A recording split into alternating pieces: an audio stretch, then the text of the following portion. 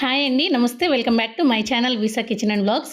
ఈరోజు మన ఛానల్లో ఉగాది పండుగ సందర్భంగా మన తెలుగు వారందరికీ ఎంతగానో ఇష్టమైన నోరూరించే 4 రకాల స్పెషల్ రెసిపీస్ని చూపించబోతున్నాను. ముందుగా తెలుగు నూతన సంవత్సరంలోకి అడుగు పెడుతున్నందుకు మనందరికీ ఈ సంవత్సరం అంతా ఎంతగానో మంచి జరగాలని కోరుకుంటూ ఉగాది శుభాకాంక్షలు. పండగ అంటేనే స్పెషల్ కదా, మరి అలాంటి స్పెషల్ రోజున ఖచ్చితంగా నోరూరించే స్పెషల్ రెసిపీస్ ఉండి తీరాల్సిందే. అలాంటి రెసిపీస్నే నేను ఇప్పుడు మీకు చూపించబోతున్నాను. అయితే కొంచెం ముందుగా ప్లాన్ చేసుకుంటే అప్పటికప్పుడు ఈజీగా త్వరగా ఈ రెసిపీస్ అన్నీ చాలా టేస్టీగా ప్రిపేర్ చేసుకోవచ్చు. ముందుగా ఎంతో కమ్మగా ఉండే నేతి బొబ్బట్లని స్వీట్ షాప్కి వెళ్ళే అవసరం లేకుండా ఇంట్లోనే ఈజీగా ఎలా ప్రిపేర్ చేసుకోవాలో చూద్దాం. నేను చెప్పిన కొలతలతో ఈ బొబ్బట్లు ట్రై చేశారంటే చాలా పర్ఫెక్ట్గా వస్తాయి. దానికోసం ఒక మిక్సింగ్ బౌల్ తీసుకొని అందులోకి 1.5 కప్పు వరకు మైదా పిండిని యాడ్ చేస్తున్నాను. ఇలా మైదా పిండి వేసుకున్న తర్వాత టేస్ట్ కోసం ఒక చిటికెడు సాల్ట్ని యాడ్ చేస్తున్నాను. ఇలా వేసుకుని ఇందులోకి 1 టేబుల్ స్పూన్ వరకు కరిగించిన నెయ్యిని వేసుకోవాలి. ఇలా వేసుకున్న తర్వాత ఒకసారి పిండిలో నెయ్యి అలాగే సాల్ట్ అనేది బాగా కలిసేలాగా మిక్స్ చేసుకోవాలి. ఇలా మిక్స్ చేసుకున్న తర్వాత ఇప్పుడు ఇందులోకి కొద్దిగా వాటర్ని యాడ్ చేస్తూ పిండిని బాగా సాఫ్ట్గా కలుపుకోవాలి. గోధుమ పిండితో కూడా బొబ్బట్లను ప్రిపేర్ చేసుకోవచ్చు, కానీ గోధుమ పిండి కన్నా మైదా పిండితో అయితేనే ఒరిజినల్ టేస్ట్ అనేది వస్తుంది. కాబట్టి నేను మైదా పిండితోనే బొబ్బట్లు చేస్తున్నాను. ఇక్కడ చూస్తున్నారు కదా, పిండి అనేది ఈ విధంగా కాస్త స్టిక్కీగానే ఉండాలి. ఇలా కలుపుకున్న తర్వాత ఇందులోకి ఇప్పుడు ఇంకొక 1/2 టేబుల్ స్పూన్ వరకు నెయ్యిని యాడ్ చేసుకుని పిండిని బాగా సాఫ్ట్గా కలుపుకోవాలి. మినిమం 3-4 నిమిషాల పాటు పిండి అనేది సాఫ్ట్గా కలుపుతూనే ఉండాలి. అప్పుడే మనకి బొబ్బట్ల కోసం పిండి అనేది పర్ఫెక్ట్గా రెడీ అవుతుంది. మనం నేతి బొబ్బట్లు చేస్తున్నాం కాబట్టి నెయ్యి అనేది కొంచెం ఎక్కువగానే పడుతుంది. నెయ్యి ఎక్కువగా వేసుకుంటేనే ఈ బొబ్బట్ల టేస్ట్ అనేది ఏంటో మనకు బాగా తెలుస్తుంది. ఇలా పిండిని బాగా కలుపుకున్న తర్వాత ఇప్పుడు ఇందులోకి పైనుంచి కొద్దిగా ఇంకొక 1/2 టేబుల్ స్పూన్ వరకు నెయ్యిని యాడ్ చేసుకుని పిండి అనేది ఆరిపోకుండా ఒకసారి పిండికి ఈ నెయ్యిని అప్లై చేసుకుని ఈ పిండి మీద మూత పెట్టుకుని మినిమం 2 నుంచి 3 గంటల పాటు ఖచ్చితంగా పిండిని నానబెట్టి తీరాలి. ఈ విధంగా పిండిని నానబెట్టుకోవడం వల్ల బొబ్బట్లు చేస్తున్నప్పుడు చాలా సాఫ్ట్గా వస్తాయి. ఇలా పిండిని నానబెట్టుకుని పక్కన పెట్టుకుని వేరొక బౌల్ తీసుకుని అందులోకి ఏ కప్పుతో అయితే మనం మైదా పిండి తీసుకున్నామో అదే కప్పుతో కప్పు వరకు పచ్చిశనగపప్పుని వేసుకుని 2-3 సార్లు వాష్ చేసుకున్న తర్వాత ఇందులోకి కొద్దిగా ఫ్రెష్ వాటర్ని వేసుకుని మినిమం అరగంట పాటు ఈ పచ్చిశనగపప్పుని నానబెట్టుకోవాలి. ఇలా అరగంట పాటు పచ్చిశనగపప్పు అనేది నానిన తర్వాత స్టవ్ ఆన్ చేసి ప్రెషర్ కుక్కర్ పెట్టుకుని మంటను మీడియం ఫ్లేమ్లోకి అడ్జస్ట్ చేసుకుని ముందుగా మనం నానబెట్టుకున్న శనగపప్పుని ఇందులోకి వేసుకుని మనం ఏ కప్పుతో అయితే పచ్చిశనగపప్పుని తీసుకున్నామో అదే కప్పుతో 2.5 కప్పుల వరకు వాటర్ యాడ్ చేసుకుని ఇందులోకి మంచి కలర్ కోసం 1/2 టీ స్పూన్ వరకు పసుపుని వేసుకోవాలి. ఇలా వేసుకున్న తర్వాత ఇప్పుడు ప్రెషర్ కుక్కర్ని క్లోజ్ చేసుకుని మీడియం ఫ్లేమ్లోనే 4-5 విజిల్స్ వచ్చేంత వరకు పప్పుని బాగా ఉడికించుకోవాలి. మంటను హై ఫ్లేమ్లో పెట్టుకుని విజిల్స్ వేయించుకుని పప్పును ఉడికించుకున్నామంటే కరెక్ట్గా ఉడకదు. కాబట్టి ఇలా మీడియం ఫ్లేమ్లోనే 4-5 విజిల్స్ వచ్చిన తర్వాత స్టవ్ ఆఫ్ చేసుకుని ప్రెషర్ మొత్తం కంప్లీట్గా పోయేంత వరకు అలా వదిలేయాలి. ప్రెషర్ కంప్లీట్గా పోయిన తర్వాత పప్పు ఏ విధంగా ఉడికిందో ఒకసారి చెక్ చేసుకుంటే ఇక్కడ చూస్తున్నారు కదా, పప్పు అనేది ఎక్కడా పలుకు లేకుండా చాలా సాఫ్ట్గా ఉడికిపోయింది. ఈ పప్పులో మీకు ఇక్కడ చూపిస్తున్నాను చూడండి, ఇలా ఎక్సెస్గా ఏమైనా వాటర్ ఉంటే వాటిని వెనక్కి తీసుకుని రసం పప్పుచారు లాంటి వాటిలోకి వేసుకుంటే చాలా టేస్టీగా ఉంటుంది. ఇలా వాటర్ని వెనక్కి తీసుకున్న తర్వాత ఈ పప్పుని కంప్లీట్గా చల్లారనివ్వాలి. కంప్లీట్గా చల్లగా అయిన తర్వాత ఈ శనగపప్పుని ఒక మిక్సింగ్ జార్ తీసుకుని అందులోకి ట్రాన్స్ఫర్ చేసుకోవాలి. ఇలా మిక్సింగ్ జార్లోకి పప్పు మొత్తాన్ని ట్రాన్స్ఫర్ చేసుకున్న తర్వాత ఒక్క చుక్క వాటర్ కూడా వేయకుండా ఈ పప్పుని బాగా మెత్తగా గ్రైండ్ చేసుకోవాలి. ఇలా గ్రైండ్ చేసుకున్న తర్వాత ఇప్పుడు స్టవ్ ఆన్ చేసి వేరొక కడాయి పెట్టుకుని అందులోకి 1 టేబుల్ స్పూన్ వరకు నెయ్యిని వేసుకోవాలి. నెయ్యి హీట్ అయిన తర్వాత మంటను లో టు మీడియం ఫ్లేమ్లోకి అడ్జస్ట్ చేసుకుని మనం పలుకు లేకుండా మెత్తగా గ్రైండ్ చేసుకున్న శనగపప్పుని ఇందులోకి యాడ్ చేసుకోవాలి. ఇలా వేసుకున్న తర్వాత ఇందులోకి మనం ఎంత క్వాంటిటీతో అయితే పచ్చిశనగపప్పుని తీసుకున్నామో అంతే క్వాంటిటీలో 1 కప్పు వరకు బెల్లాన్ని తురుముకుని యాడ్ చేసుకోవాలి. గడ్డల్లాగా వేసామంటే కరగడానికి చాలా టైం పడుతుంది. కాబట్టి ఇలా బెల్లాన్ని పొడి చేసుకుని వేసుకుంటే పని తొందరగా అవుతుంది. అలాగే 1/4 కప్పు వరకు మంచి టేస్ట్ కోసం పంచదారని కూడా వేసుకుని ఒకసారి ఈ విధంగా అంతా కలిసేలాగా మిక్స్ చేసుకుని ఈ బెల్లం పంచదార అనేది కంప్లీట్గా కరిగించుకోవాలి. ఇలా బెల్లం పంచదార అనేది కంప్లీట్గా కరిగిపోయిన తర్వాత 2-3 నిమిషాల పాటు ఈ పూర్ణం అంతా కాస్త దగ్గర పడేంత వరకు లో టు మీడియం ఫ్లేమ్లో మాత్రమే బాగా ఉడికించుకోవాలి. లేదంటే అడుగు పట్టుకునే ఛాన్స్ ఉంటుంది కాబట్టి ఇలా ఉడికిన తర్వాత ఇందులోకి మంచి ఫ్లేవర్ కోసం ఒక ఫుల్ టీ స్పూన్ వరకు ఇలాచీ పొడిని కూడా వేసుకోవాలి. ఇలా వేసుకుని ఇలాచీ పొడి అంతా ఈ పూర్ణంలో కలిసేలాగా బాగా మిక్స్ చేసుకోవాలి. ఈ విధంగా అంతా బాగా కలుపుకున్న తర్వాత ఇప్పుడు స్టవ్ ఆఫ్ చేసుకుని ఇందులోకి మళ్ళీ ఒక 1/2 టేబుల్ స్పూన్ వరకు నెయ్యిని వేసుకుని ఈ నెయ్యి అంతా కలిసేలాగా ఇంకొకసారి ఈ పూర్ణాన్ని బాగా మిక్స్ చేసుకుని కంప్లీట్గా ఈ పూర్ణాన్ని చల్లారనివ్వాలి. మనం ప్రిపేర్ చేసుకున్న ఈ బొబ్బట్ల పూర్ణం అనేది కంప్లీట్గా చల్లగా అవ్వడానికి మినిమం ఒక 15 నిమిషాల పాటు టైం పడుతుంది. ఇలా చల్లగా అయిన తర్వాత ఈ పూర్ణాన్ని ఇంకొకసారి ఇక్కడ చూపిస్తున్నాను కదా, ఈ విధంగా మళ్ళీ బాగా మిక్స్ చేసుకోవాలి. ఇలా మిక్స్ చేసుకున్న తర్వాత మనకి ఏ సైజులో అయితే బొబ్బట్లు కావాలనుకుంటామో దాన్ని బట్టి చిన్న చిన్న బాల్స్ లాగా డివైడ్ చేసుకోవాలి. ఇక్కడ చూస్తున్నారు కదా, మనం ప్రిపేర్ చేసుకున్న పూర్ణం అనేది ఎంత పర్ఫెక్ట్గా సాఫ్ట్గా వచ్చిందో బాల్స్ చేస్తున్నప్పుడు తెలుస్తుంది కదా ఎంత సాఫ్ట్గా ఉంది అనేది. ఇలా మనకి నచ్చిన సైజులో బాల్స్ని మనకి ఎన్ని కావాలో దాన్ని బట్టి ప్రిపేర్ చేసుకుని ఒక ప్లేట్లోకి ట్రాన్స్ఫర్ చేసుకోవాలి.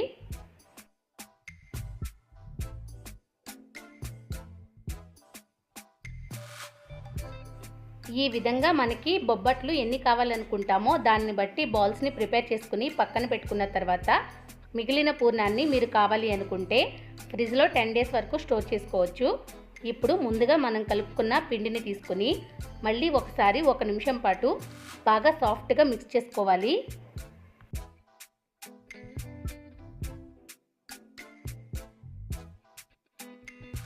ఇలా పిండిని బాగా కలుపుకున్న తర్వాత ఇప్పుడు బొబ్బట్లని ప్రిపేర్ చేసుకోవడం కోసం కొద్దిగా పిండిని తీసుకోవాలి. అయితే మనం ఎంత సైజులో అయితే పూర్ణాన్ని చేసుకున్నామో దానికన్నా కొంచెం తక్కువగా పిండి తీసుకోవాలి. అంటే పూర్ణం సైజు పెద్దగా ఉండాలి, పిండి సైజు అనేది కొంచెం తక్కువగా ఉండాలి. ఇలా పిండిని తీసుకుని ఇక్కడ చూస్తున్నారు కదా, ఈ విధంగా చేతిలో ఈవెన్గా స్ప్రెడ్ చేసుకున్న తర్వాత ముందుగా ప్రిపేర్ చేసుకున్న పూర్ణం బాల్ని ఇందులో పెట్టుకుని సైడ్స్ అన్నీ క్లోజ్ చేసుకోవాలి.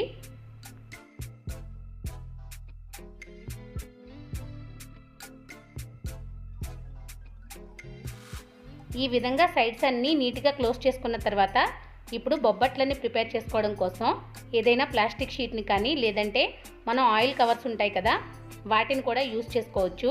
ఇలా ఆయిల్ కవర్ని తీసుకుని ఇప్పుడు మనం ప్రిపేర్ చేసుకున్న బాల్ని దీని మీద పెట్టుకుని ఈవెన్గా పల్చగా బొబ్బట్ అనేది ఒత్తుకోవాలి.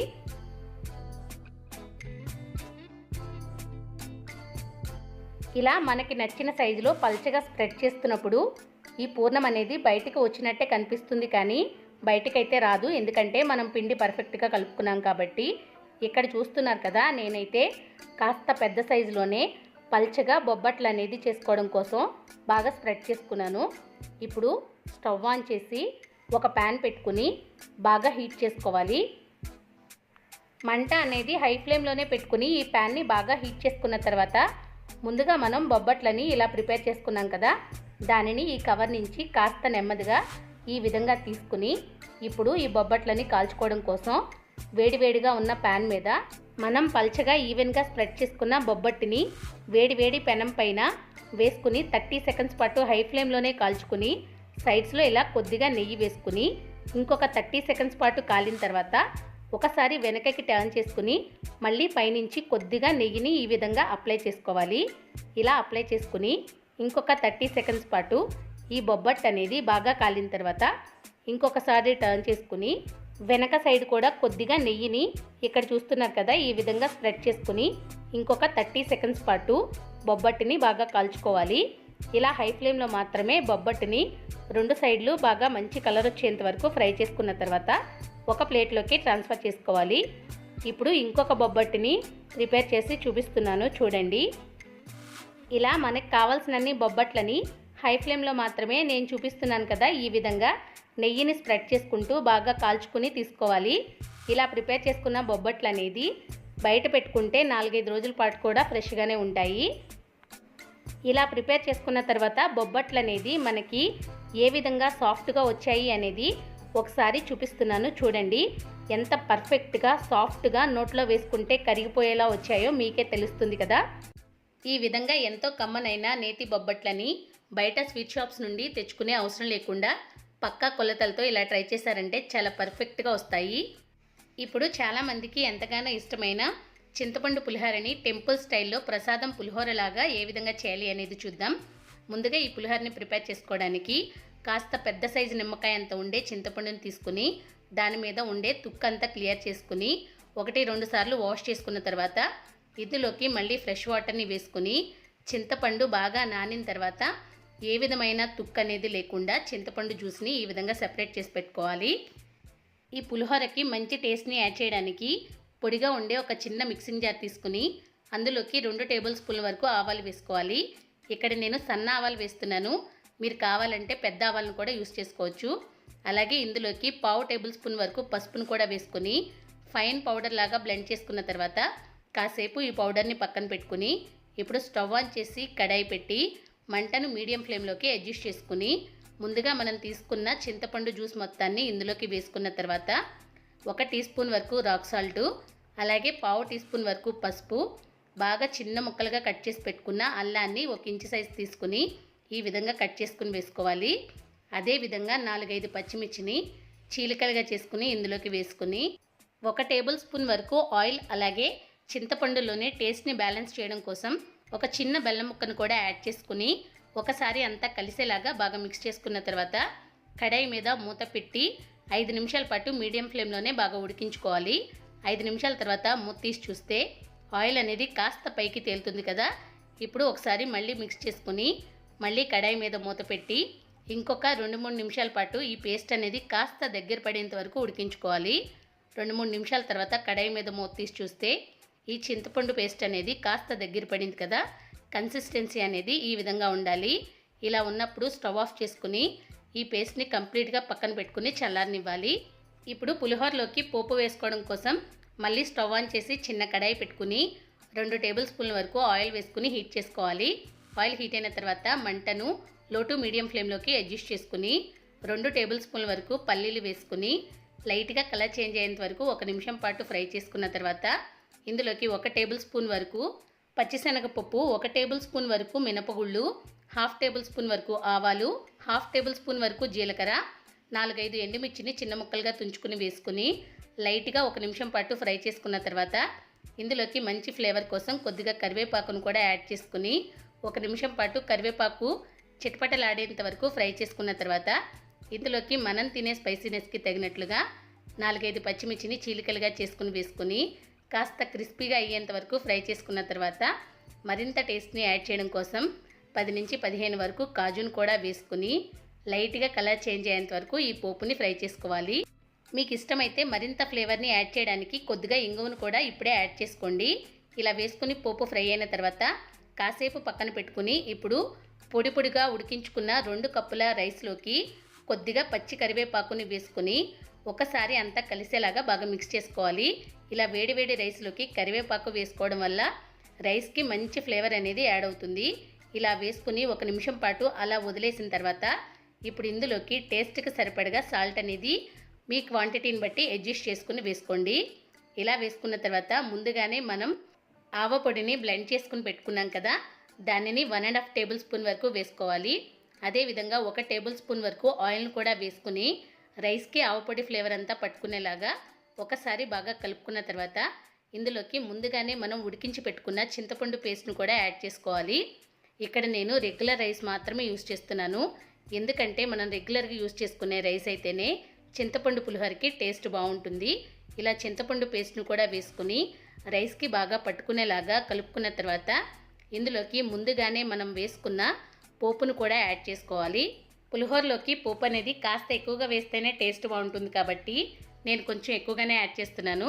అదేవిధంగా మంచి ఫ్లేవర్ కోసం శుభ్రం చేసి కట్ చేసి పెట్టుకున్న కొత్తిమీరను కూడా వేసుకుని అంతా కలిసేలాగా బాగా మిక్స్ చేసుకోవాలి. ఈ పులిహోరని ప్రిపేర్ చేసుకోవడానికి ముందు రోజే ప్లానింగ్తో చింతపండు పేస్ట్ అనేది ఉడకబెట్టుకుని పెట్టుకుంటే అప్పటికప్పుడు ఈజీగా సింపుల్గా ఈ పులిహోరని ప్రిపేర్ చేసుకోవచ్చు. ఈసారి మీరు కూడా ప్రసాదం పులిహోరని ఈజీగా ఇలా ప్రిపేర్ చేసేసుకోండి. ఇప్పుడు ఇంకొక స్పెషల్ రెసిపీ అయిన కొత్తిమీర గారెల్ని ఫ్లఫీగా ఎంతో టేస్టీగా సింపుల్గా ఎలా చేయాలి అనేది చూద్దాం. దానికోసం ముందుగా ఒక మిక్సింగ్ బౌల్ తీసుకుని అందులోకి 2 కప్పుల వరకు పొట్టు లేని మినపగుళ్ళని యాడ్ చేసుకోవాలి. ఇలా వేసుకున్న తర్వాత వాటర్ వేసుకుని 1-2 సార్లు ఈ పప్పుని బాగా శుభ్రం చేసుకున్న తర్వాత ఈ వాటర్ని డ్రైన్ చేసేసుకుని మళ్ళీ ఫ్రెష్ వాటర్ని ఇందులోకి యాడ్ చేసుకుని మినిమం 2 గంటల పాటు ఈ పప్పుని నానబెట్టుకోవాలి. ఈ కొత్తిమీర గారెల్లోకి కావాల్సిన పదార్థాలు ఏంటో చూద్దాం. దానికోసం 2 మీడియం సైజు ఉల్లిపాయలు, స్పైసీనెస్ కోసం 6-7 పచ్చిమిర్చి, 2 ఇంచుల సైజులో ఉండే అల్లాన్ని శుభ్రం చేసుకుని తీసుకోవాలి. అదేవిధంగా మంచి ఫ్లేవర్ కోసం కొద్దిగా కరివేపాకు, కొత్తిమీర గారెలు కాబట్టి కొత్తిమీర అనేది కాస్త ఎక్కువగానే శుభ్రం చేసి కట్ చేసి పెట్టుకున్నది తీసుకోవాలి. అదేవిధంగా 1 టీ స్పూన్ వరకు జీలకర్ర కూడా తీసుకోవాలి. 2 గంటల పాటు మినపగుళ్ళు అనేది నానిన తర్వాత ఒక మిక్సింగ్ జార్ తీసుకుని అందులోకి మినపగుళ్ళని ట్రాన్స్ఫర్ చేసుకుని అవసరమైతే 1-2 టేబుల్ స్పూన్లు మాత్రమే వాటర్ వేసుకుని గట్టిగా ఉండేలాగా ఈ మినప్పిండిని రుబ్బుకుని పెట్టుకోవాలి. ఇక్కడ చూస్తున్నారు కదా, కన్సిస్టెన్సీ అనేది ఈ విధంగా ఉండాలి. ఇలా రుబ్బుకున్న పిండిని ఒక బౌల్లోకి ట్రాన్స్ఫర్ చేసుకుని ఇప్పుడు ఈ పిండిని ఇక్కడ చూస్తున్నారు కదా, ఈ విధంగా బాగా మిక్స్ చేసుకోవాలి. ఇలా బాగా కలుపుకుంటూ మిక్స్ చేసుకుంటేనే ఇందులోకి ఎయిర్ గ్యాప్స్ అనేవి ఫామ్ అయ్యి పిండి అనేది బాగా లూజ్ అవుతుంది. ఈ విధంగా 4-5 నిమిషాల పాటు పిండిని బాగా కలుపుకోవడం వల్ల ఫ్లఫీనెస్ అనేది యాడ్ అవుతుంది. అలాగే ఇందులోకి టేస్ట్కి సరిపడగా 1 టీ స్పూన్ వరకు సాల్ట్, ముందుగా తీసుకున్న 1 టీ స్పూన్ వరకు జీలకర్రను కూడా వేసుకోవాలి. అలాగే ఉల్లిపాయల్ని చిన్న ముక్కలుగా కట్ చేసుకుని వేసుకోవాలి. పచ్చిమిర్చిని కూడా చిన్న ముక్కలుగా కట్ చేసుకుని ఇందులోకి యాడ్ చేసుకోవాలి. అదేవిధంగా అల్లాన్ని కూడా ఇక్కడ చూస్తున్నారు కదా, ఈ విధంగా బాగా చిన్న ముక్కలుగా కట్ చేసుకుని వేసుకోవాలి. కరివేపాకును కూడా కాస్త చాప్ చేసుకుని వేసుకుని ముందుగానే శుభ్రం చేసి కట్ చేసి పెట్టుకున్న కొత్తిమీరను కూడా యాడ్ చేసుకోవాలి. ఇవి కొత్తిమీర గారెలు కాబట్టి కొత్తిమీర అనేది ఎక్కువగా యాడ్ చేస్తేనే బాగుంటుంది. ఇలా అన్నీ వేసుకున్న తర్వాత పిండిని బాగా మిక్స్ చేసుకోవాలి. పిండి కలుపుకున్న తర్వాత ఇప్పుడు స్టవ్ ఆన్ చేసి కడాయి పెట్టుకుని కడాయిలోకి డీప్ ఫ్రైకి సరిపడా ఆయిల్ వేసుకుని బాగా హీట్ చేసుకోవాలి. ఆయిల్ బాగా హీట్ అయిన తర్వాత మంటను మీడియం ఫ్లేమ్లోకి అడ్జస్ట్ చేసుకుని గారెల్ని ప్రిపేర్ చేసుకోవడం కోసం ఇక్కడ నేను కొద్దిగా బటర్ మిల్క్ని తీసుకుంటున్నాను. ఇలా బటర్ మిల్క్ని తీసుకుని చేతికి కొద్దిగా అప్లై చేసుకున్న తర్వాత కొద్దిగా పిండి ముద్దను తీసుకుని ఈ విధంగా గారెల షేప్లో చేసుకోవాలి. మీకు ఇలా చేతులు చేసుకోవడం రాకపోతే ఏదైనా ప్లాస్టిక్ షీట్ మీద కానీ లేదంటే అరిటాకు మీద చేసుకుంటే పర్ఫెక్ట్గా వస్తాయి. ఇలా ఒక్కొక్కటిగా చేసుకుని ఆయిల్లోకి పట్టేంత వరకు మాత్రమే వేసుకుని 2 సైడ్లు గారెలు అనేది మంచి కలర్ వచ్చేంత వరకు బాగా ఫ్రై చేసుకోవాలి. చూస్తున్నారు కదా, గారెలు అనేది బేకింగ్ సోడా లాంటి వాటిని కూడా యాడ్ చేయకుండా ఎంత ఫ్లఫీగా ఎంత బాగా వచ్చాయో. దీని మీద ఏమైనా ఎక్సెస్ ఆయిల్ కనుక ఉన్నట్లయితే ఈ గారెల్ని ఒక టిష్యూ పేపర్ ప్లేట్లోకి ట్రాన్స్ఫర్ చేసుకోవాలి. ఇదే విధంగా మనం కొత్తిమీర గారెలన్నింటినీ ప్రిపేర్ చేసుకోవాలి. దీనికి సెపరేట్గా చట్నీతో కూడా అవసరం లేదు, అంత టేస్టీగా ఉంటాయి. చూస్తున్నారు కదా ఎంత ఫ్లఫీగా వచ్చాయో.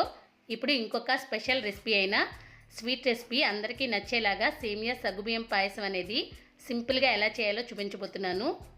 ఈ పాయసాన్ని ప్రిపేర్ చేయడానికి ముందుగా ఒక బౌల్లోకి 1/2 కప్ వరకు చిన్న సగ్గుబియ్యాన్ని వేసుకుని ఇందులోకి కొద్దిగా వాటర్ని వేసుకుని అరగంట నుంచి గంట పాటు ఈ సగ్గుబియ్యాన్ని నానబెట్టుకోవాలి.